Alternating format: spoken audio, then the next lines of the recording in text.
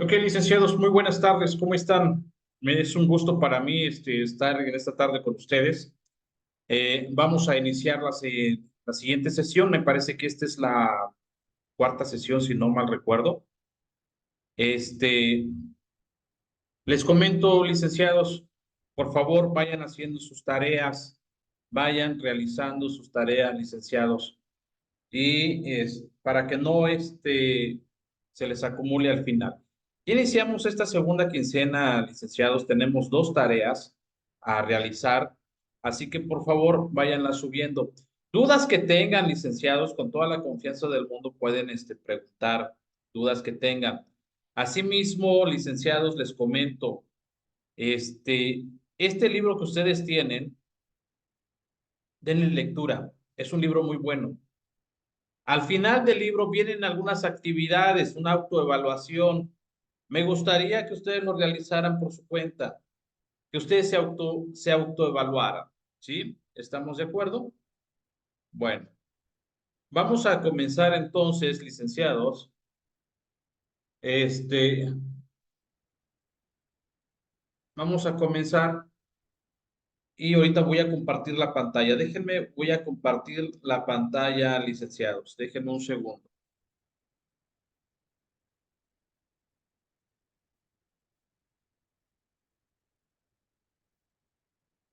Déjenme un segundo, estoy compartiendo pantalla.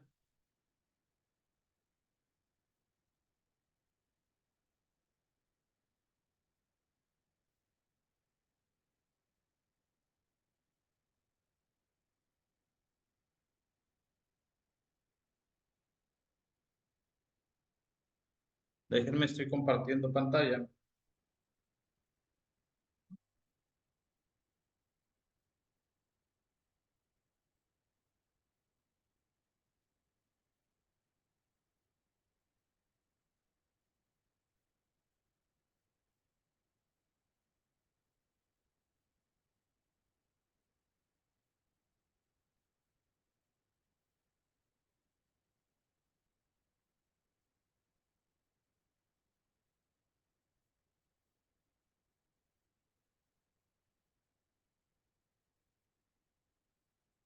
Denme un segundito, por favor. Estoy acá con el sistema, fallas técnicas.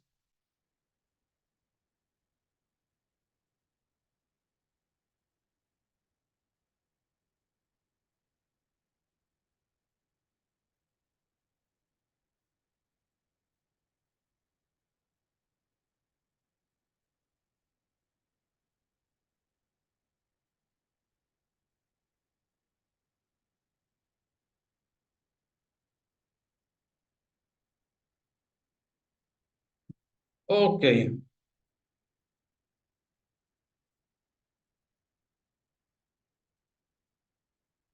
vamos a ver. Tenemos fallas técnicas acá ahorita. Aquí está.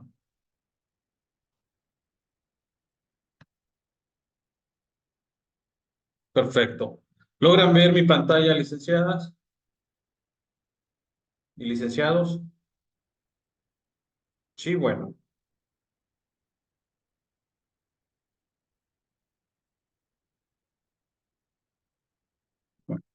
Muy bien. El día de hoy, licenciados, vamos a hablar acerca del Poder Legislativo Federal, conocer y explicar la organización, integración y funcionamiento del Poder Legislativo en México. Y el día de hoy vamos a tocar acerca del sistema unicameral, ¿sí? Unicameral y el sistema bicameral, así como lo dice acá el temario, licenciado. ¿Ya? El día de hoy hubo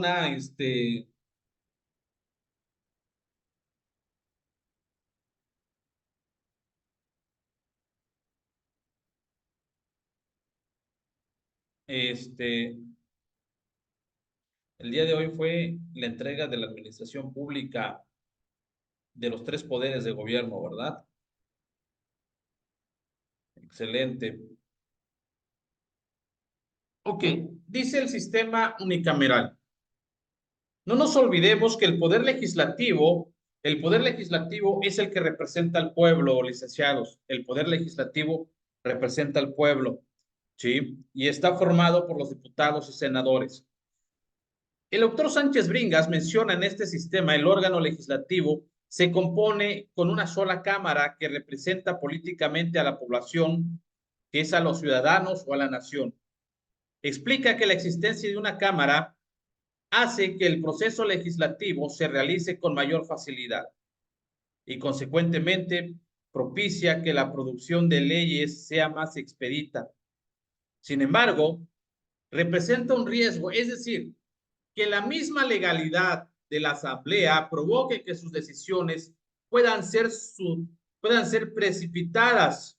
Así también se ha manifestado cierta impulsividad y en ocasiones la tendencia de obstaculizar las actividades del órgano ejecutivo. No nos olvidemos, licenciados, que el poder legislativo es el que le autoriza, ¿sí?, todo el poder ejecutivo. Y aquí Sánchez Bringas hace una alusión que dice que esa tendencia obstaculiza las actividades del órgano ejecutivo. Bueno, eso es lo que dice el autor, ¿no? Y yo siempre he dicho, no es un sistema que obstaculice al poder ejecutivo, no lo obstaculiza, simplemente, este, simplemente da a que le rindan cuenta al pueblo, que le rinda cuenta al pueblo, ¿sí? Y eso no es un obstáculo en lo particular. En México registran en este sistema los siguientes órganos legislativos: las Cortes compuestas por los diputados de la Nación, de acuerdo al artículo 27 de la Constitución de Cádiz, ¿sí?, de 1812, el Congreso de Diputados, creado en el artículo 48, decretó la Constitución de Apatzingán, la Junta Nacional Instituyente determinada en el artículo 25 del Reglamento Provisional del Imperio Mexicano. Ahora bien, eso fue en 1823. Y la Asamblea de Diputados establecía en el artículo 51 de la Constitución Política de 1857 que permaneció unicameral hasta 1874, cuando se restableció el Senado de la República. Antes, quiero explicar esta parte, lo que les estoy leyendo, ¿sí? En 1812, estaba el decreto constitucional de Apatzingán, pero en esa época, licenciados, pues la constitución de Apatzingán pues no fue tomada en cuenta sino hasta en 1824, ¿sí? Y hasta 1874 únicamente existía una Cámara de Diputados y Senadores, ¿sí? Una Cámara de Diputados y Senadores. Ahora bien, en la actualidad, este sistema opera solo en el Distrito Federal con los órganos legislativos de las entidades federativas, que únicamente tienen una Cámara de Diputados. Ahora, el sistema bicameral. Del sistema unicameral, únicamente acá en nuestro país ya no existe ese sistema unicameral, hay dos cámaras. Únicamente existe las cámaras, unicameral, perdón, con las entidades federativas. Esas entidades federativas son todos los estados de la República Mexicana, ¿sí? Los estados de la República Mexicana. El sistema bicameral, ahora explicamos el sistema bicameral. Nació en Inglaterra en el siglo XIV. Se agruparon los integrantes del Parlamento por afinidades naturales en dos cuerpos distintos. Cada una de las cámaras representó a clases diferentes. La Cámara Alta o de los lores representó a la nobleza y a los grandes proletariados, y a la Cámara Baja o de los comunes representaba al pueblo. Años más tarde, licenciados, ¿sí?, el pueblo norteamericano heredó al pueblo inglés y creación sin sujeción a fórmulas preconcebidas y aplicó un sistema bicamerista. No nos olvidemos que nosotros los mexicanos somos bien copiones, ¿sí? Y por eso copiamos todo lo de nuestro vecino estado. Ese bicamerismo, perdón, que adoptó Estados Unidos, lo adoptó con fines diversos a los entonces conocidos al conferir la Cámara de Representantes, la Personería del Pueblo y el Senado de los Estados.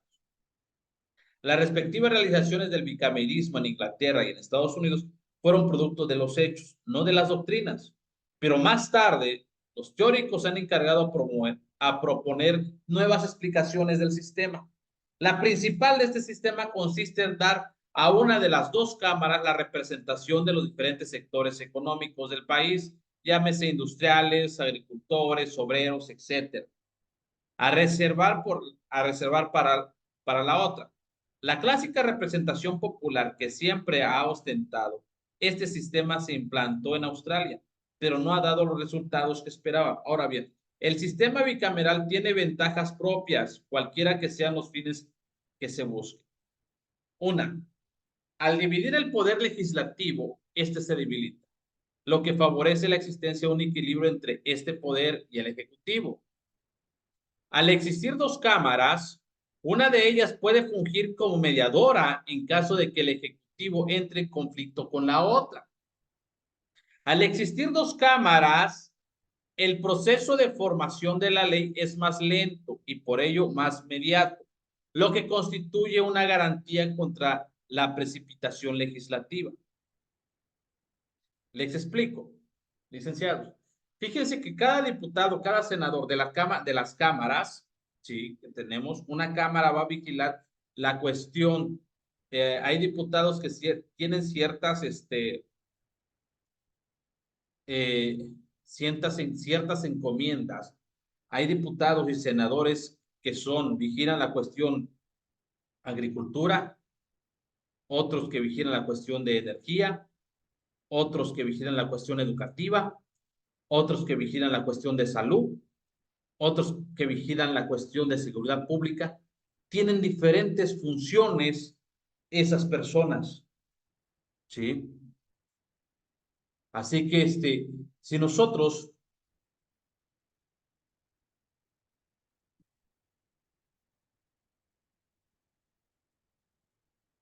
pero nosotros, los diputados y senadores licenciados, ¿ah? Tienen esas funciones y son las que están acá. Por eso actualmente existe una cuestión de ambas cámaras. Perdón la expresión, bicameral, perdón. Ahora bien, seguimos. En México, la Constitución de 1824 consagró el bicamerismo de tipo norteamericano o federal, al establecer la Cámara de Diputados sobre la base de la representación proporcional al número de habitantes y el Senado compuesto por dos representantes de cada estado. La elección de los primeros hacía por los ciudadanos y la de los segundos por las legislaturas de los artículos 8 y 25. La Constitución centralista del 36 conservó el bicamerismo, pero naturalmente el Senado no tuvo ya la función de representar a los estados, que había dejado de existir. No obstante, el Senado no fue un cuerpo aristocrático o de clase, sino que se distinguía de la Cámara de Diputados únicamente por la elección indirecta de sus miembros, que debían hacer la Junta de Departamentales de acuerdo a tres listas de candidatos formadas respectivamente por la Cámara de Diputados. ¿Sí? Ahora bien, licenciados, el gobierno en la Junta de Ministros y la Suprema Corte de Justicia, de acuerdo a la Ley Tercera del artículo 8, se exigía como requisitos para ser senador de la ciudadanía mexicana, la edad mínima de 35 años y un capital físico o moral que produjera anualmente no menos de 2.500 pesos. Y la Ley Tercera del artículo 12 no podía ser senadores los altos funcionarios que enumeraba el artículo 13 de esa misma ley. Ahora bien, licenciados, fíjense que si nosotros vemos la constitución política, ¿sí? En la constitución política, si nosotros buscamos cuáles son los requisitos para ser senador, cuáles son los requisitos para ser diputados, viene cuáles son esos requisitos. Y ahorita lo vamos a ver. Denme Ahorita vamos a ver cuáles son esos requisitos para estar más, dame un segundo y vamos a buscar los requisitos. Ahí está.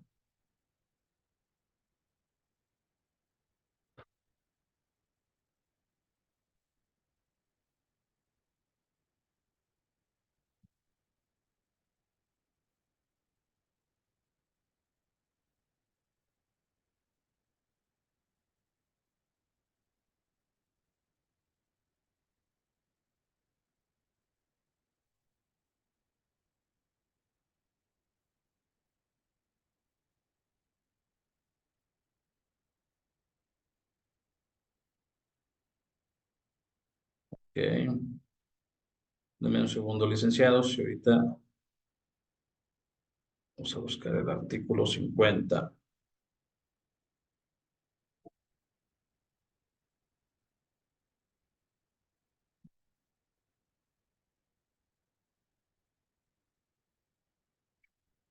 Dame un segundo, licenciados, estamos,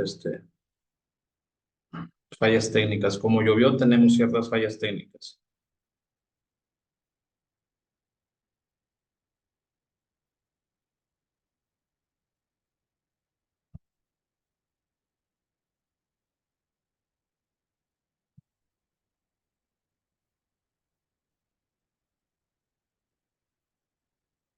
Ok, bueno,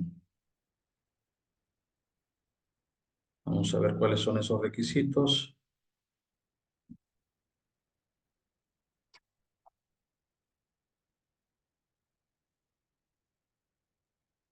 47, 48, 49 del Poder Legislativo. Aquí está.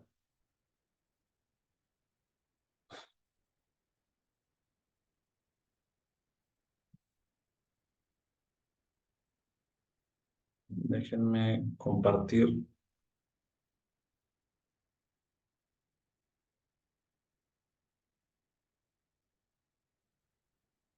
Ok, de la elección e instalación del Congreso.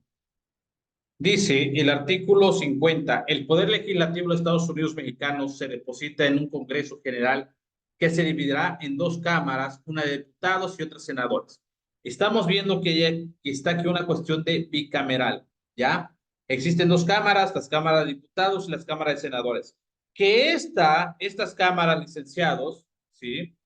Que estas cámaras no existían anteriormente. Desde la Constitución Política de 1812 a 1824, no existían estas cámaras, sino que fueron creadas porque Estados Unidos creó sus dos cámaras y en ese momento dice México, bueno, yo también necesito dos cámaras, una para que sean diputados y senadores, pero entre estas personas yo necesito, ¿sí?, que estén a cargo de ciertas actividades, de ciertas cuestiones que vigilen la cuestión de salud, de seguridad y todo esto, ¿no? A grandes rasgos.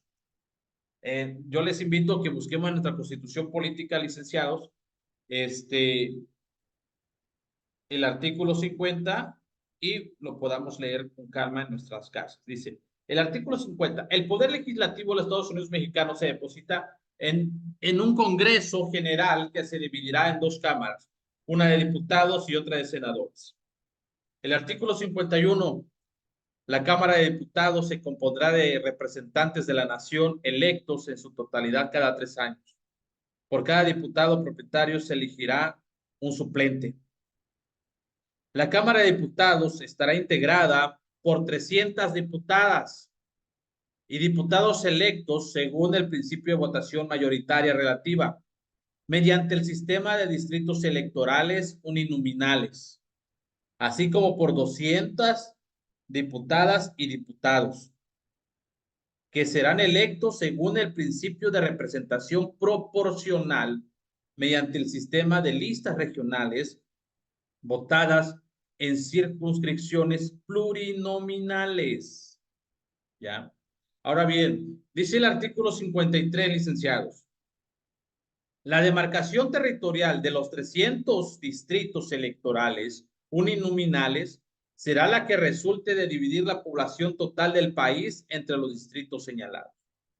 La distribución de los distritos electorales uninominales entre las entidades federativas se hará teniendo en cuenta el último censo general de la población, sin que en ningún caso la representación de una entidad federativa pueda ser menor de 2 diputados o diputadas de mayoría. Por lo que la elección de los 200 diputados y diputadas, según el principio de representación proporcional al sistema de listas regionales, se constituirán 5 circunscripciones electorales plurinominales en el país, conformadas de acuerdo con el principio de paridad y encabezadas alternadamente entre mujeres y hombres cada periodo electivo. La ley determinará la forma de establecer la demarcación territorial de estas circunscripciones. Ahora bien, seguimos lo que dice el artículo 54, licenciados.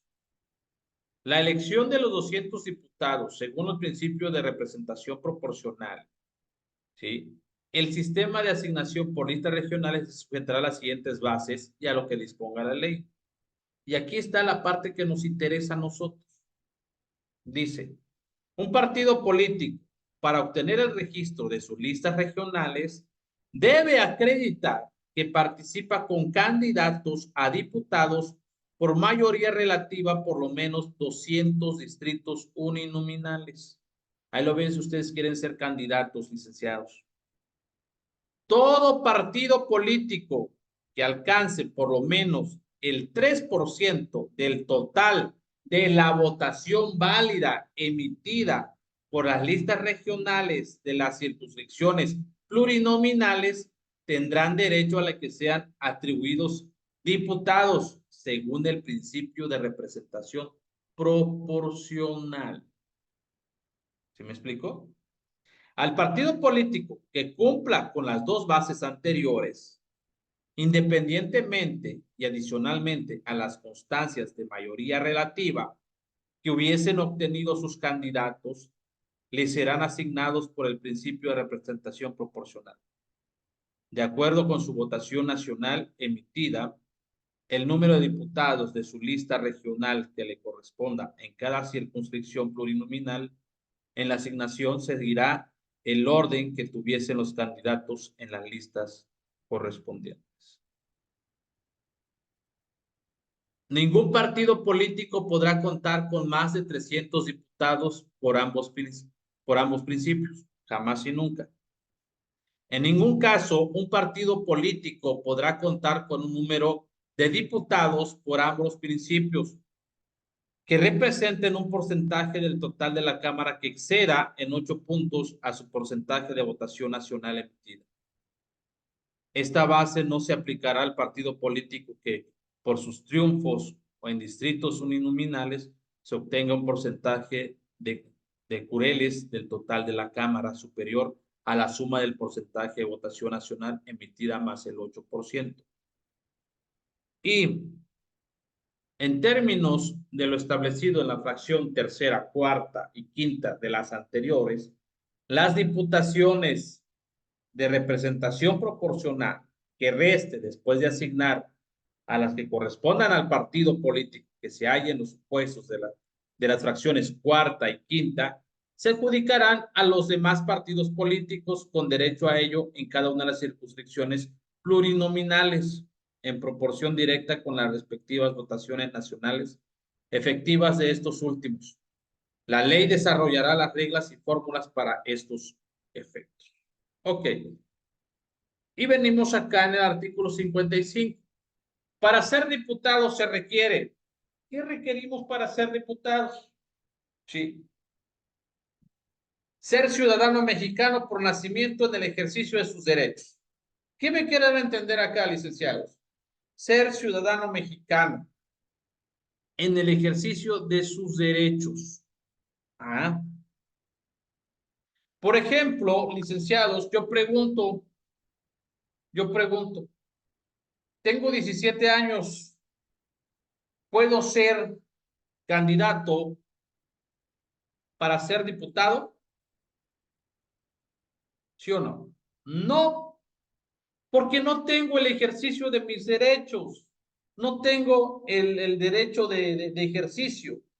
Únicamente tengo el derecho de goce, porque no he cumplido la mayoría de edad, licenciado.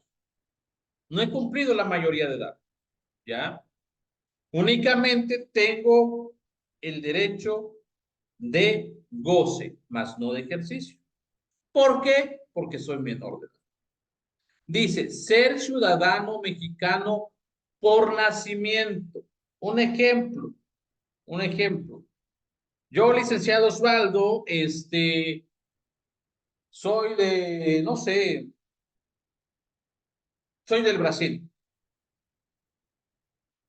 Y vengo acá a México, ¿sí?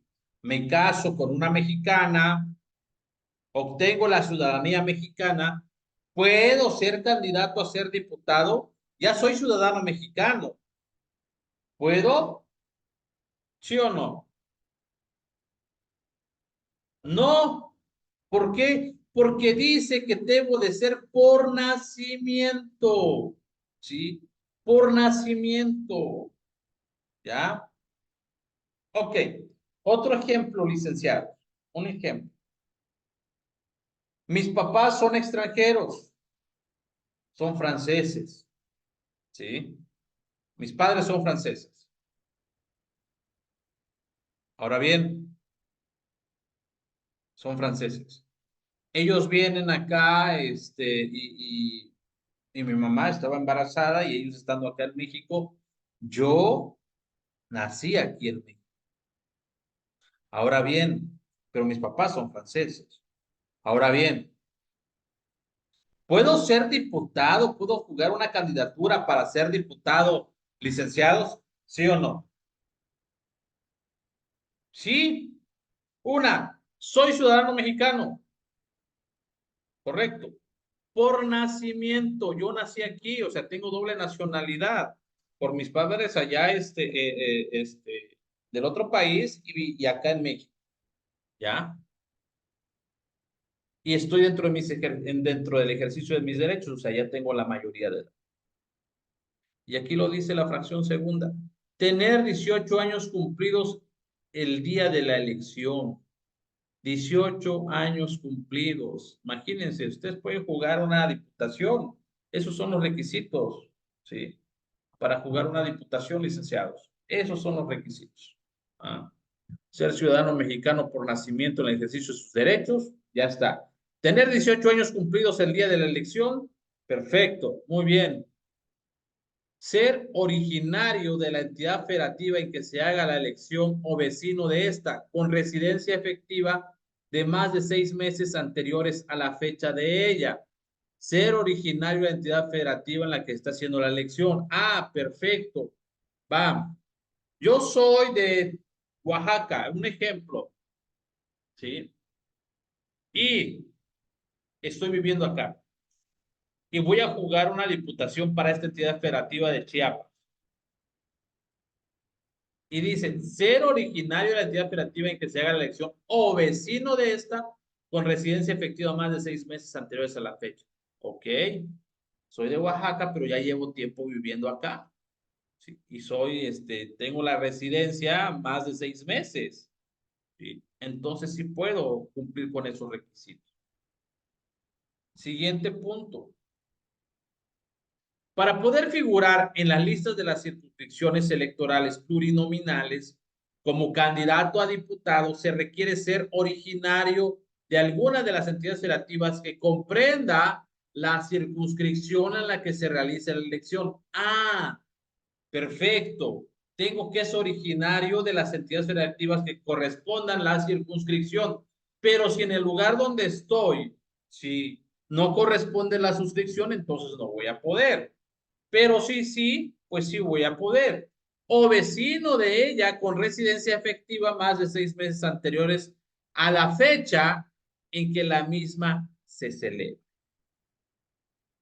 Ok, ¿dudas ahí? No, ¿verdad? Seguimos. La vecindad no se pierde por ausencia en el desempeño de cargos públicos de elección popular.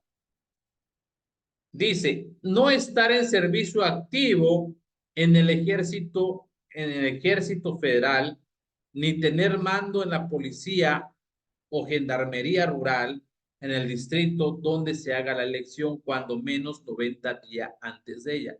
Es un ejemplo. Si yo pertenezco al ejército, si yo pertenezco a la Policía Federal, que es la Guardia Nacional, ¿sí? Si yo pertenezco a un organismo, ¿sí? Público, no puedo. ¿Por qué creen que muchos candidatos piden licencias? ¿Por qué creen que muchos candidatos dejan el cargo para jugar la diputación? ¿Por qué creen que estas personas lo tienen que dejar? Porque acá lo dice la Constitución política, ¿sí? Tienes que dejar el cargo si piensas jugar la diputación. Años atrás, licenciado, les comento, por ejemplo, yo estaba, un ejemplo, yo soy, no sé, formo parte del gobierno federal, es un ejemplo. Soy el secretario de Hacienda, es un ejemplo, secretario de Hacienda, pero quiero jugar una diputación. Años atrás yo pedí una licencia para poder jugar la diputación. Si yo no ganaba, regresaba otra vez al puesto que yo tenía, ¿sí? Era bien cómodo, bien fácil, pero, licenciados, pero en la actualidad y en este año, aquellos que jugaron, por ejemplo, los que estaban como presidente municipal, es un ejemplo, el presidente municipal que está, saliendo de esta administración de Copainalá, él jugó para hacer reelegirse nuevamente y dice, yo voy a pedir licencia por si no gano, regreso nuevamente. Pero ya no fue posible. ¿Por qué? Porque se hubo una reforma y dijeron, aquellos que pidieron licencia ya no pueden regresar al cargo. O sea, ya no pueden regresar al cargo. ¿Sí? Años atrás sí se podía, ahorita ya no, no se puede. Ya no puedes regresar al cargo. ¿Mm? Siguiente.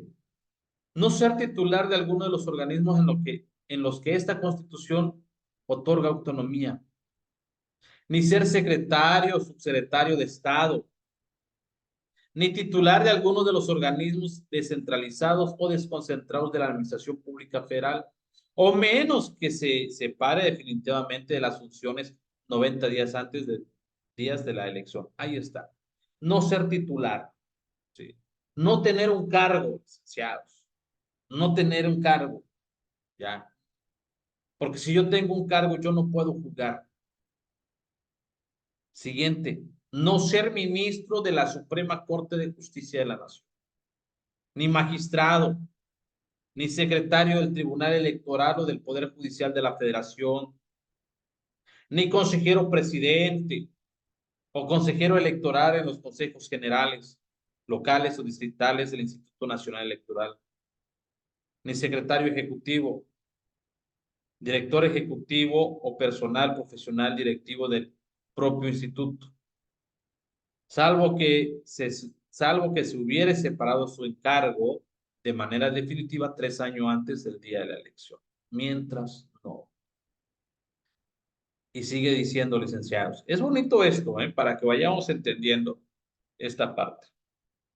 Los gobernadores de los estados y el jefe de gobierno de la Ciudad de México no podrán ser electos en la entidad de sus respectivas jurisdicciones durante el periodo de su encargo, aun cuando se separen definitiva de sus puestos. Ellos ya no, jamás. Los gobernadores de los estados y el jefe de gobierno de la Ciudad de México no podrán ser electos en las entidades de sus respectivas jurisdicciones durante el periodo de su encargo, aun cuando se separen definitivamente de sus puestos. Y ahí está. ¿Sí? Algunos que son gobernadores dicen, yo voy a jugar otra vez igual para gobernador. Pues ya no se puede. ¿Sí? Y aquí lo dice la norma, aquí lo dice la Constitución política.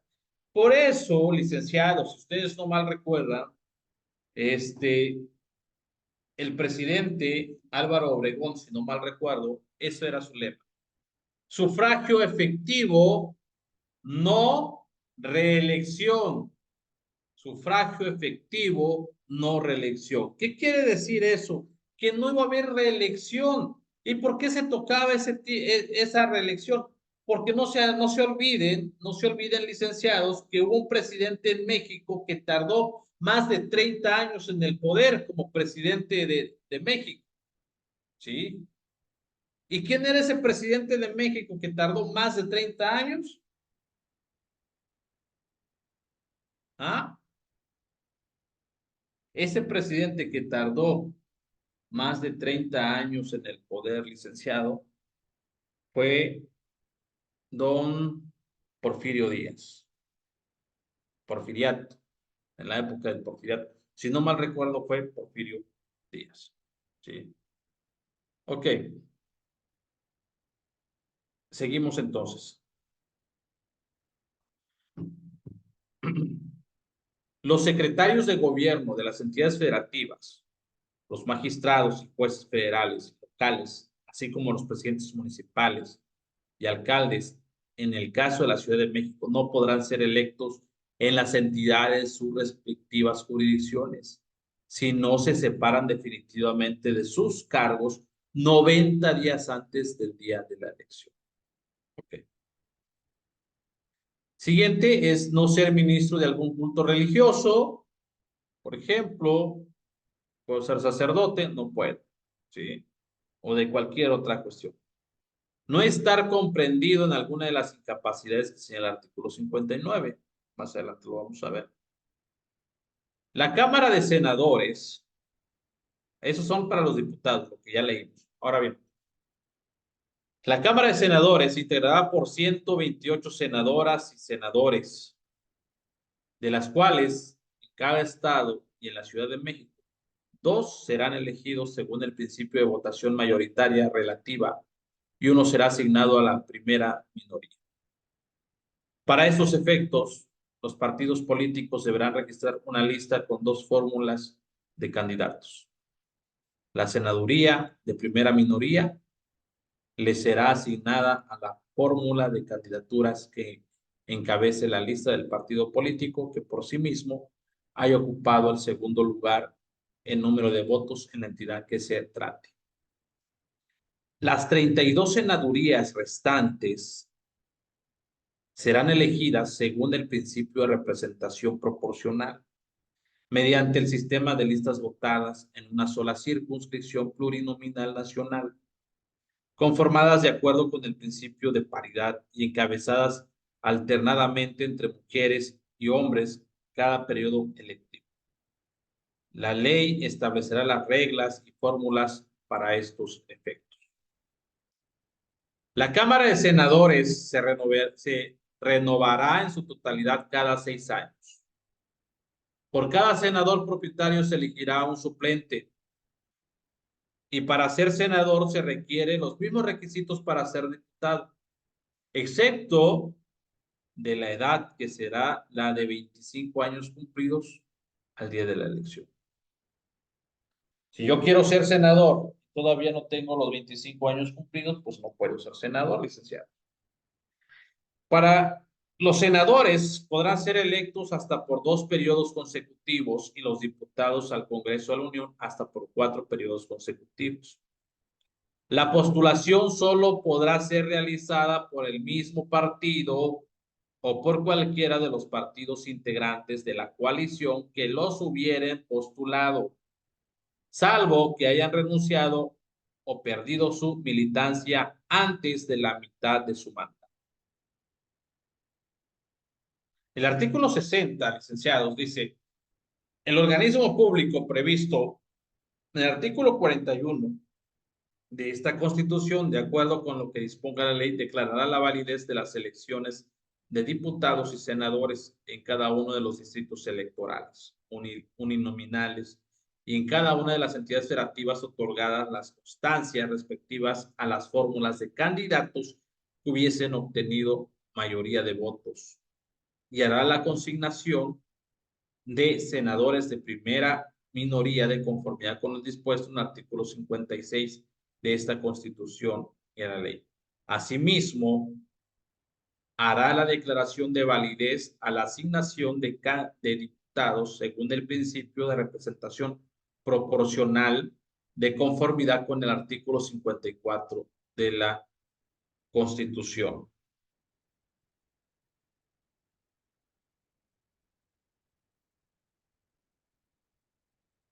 Ok. Licenciados, bicamerismo. Ahora sí, ¿por qué se le llama bicamerismo? Porque hay dos cámaras, la Cámara de Diputados y la Cámara de Senadores. Por eso se le llama bicamerismo. Años atrás solo existía una cámara. Ahora bien, después de la reforma y la constitución política, sí, de 1917, dice, bueno, va a haber dos cámaras, ¿ya? Va a haber dos cámaras.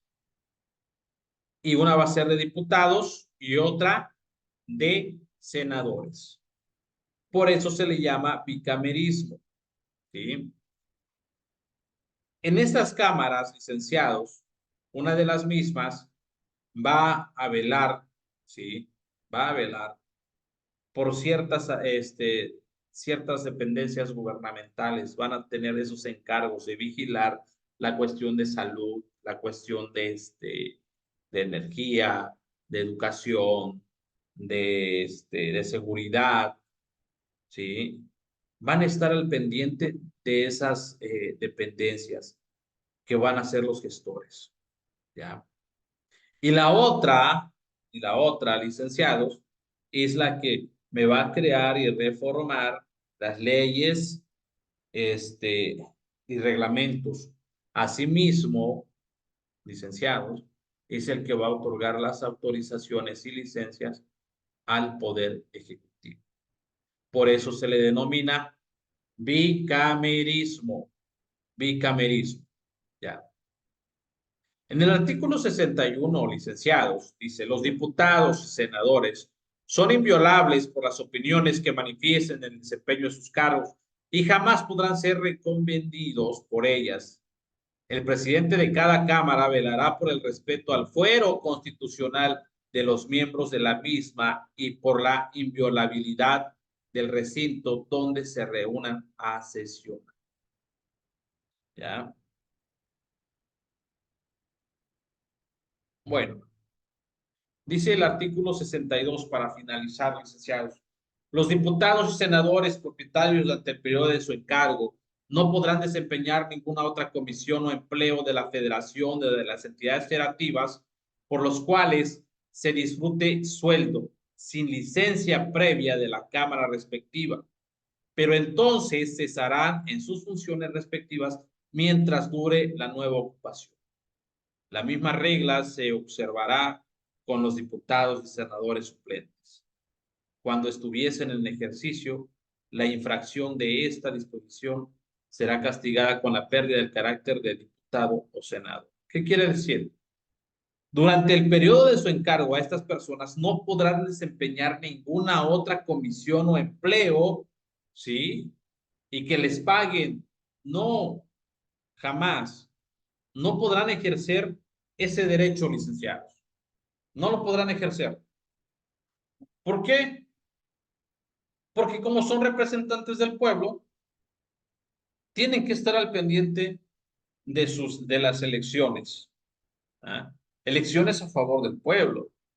Y si ustedes se dan cuenta, cuando sesionan estas personas, están hasta medianoche, a veces amanecen sesionando.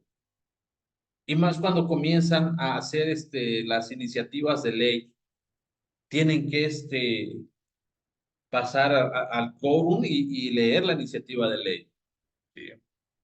Y comienzan las votaciones y esto y esto y esto. Pero en fin. Ok, licenciados, el tiempo nos ha ganado. El día de hoy casi nadie se conectó, licenciados. Yo sí les invito que realicen sus tareas, licenciados, realicen sus tareas. Si tienen dudas, con con toda la confianza, preguntar. ¿Ya? Por favor, el libro que les di, que estamos utilizando, licenciados, les pido de favor que lo lean, lo analicen. Al final del libro, licenciados, hay unas actividades. Me gustaría que ustedes lo realizaran por voluntad propia, sí, por voluntad propia, para que vean sus conocimientos. ¿Estamos de acuerdo? Así que, licenciados, Pues no me resta más decirles, sino que gracias por la atención. Ya estamos concluyendo con con la materia, licenciados. Nos quedan, no sé, otros tres sesiones más. Este, Así que por favor, échenle ganas, lean los libros y estamos a la orden, licenciados. Cuídense mucho.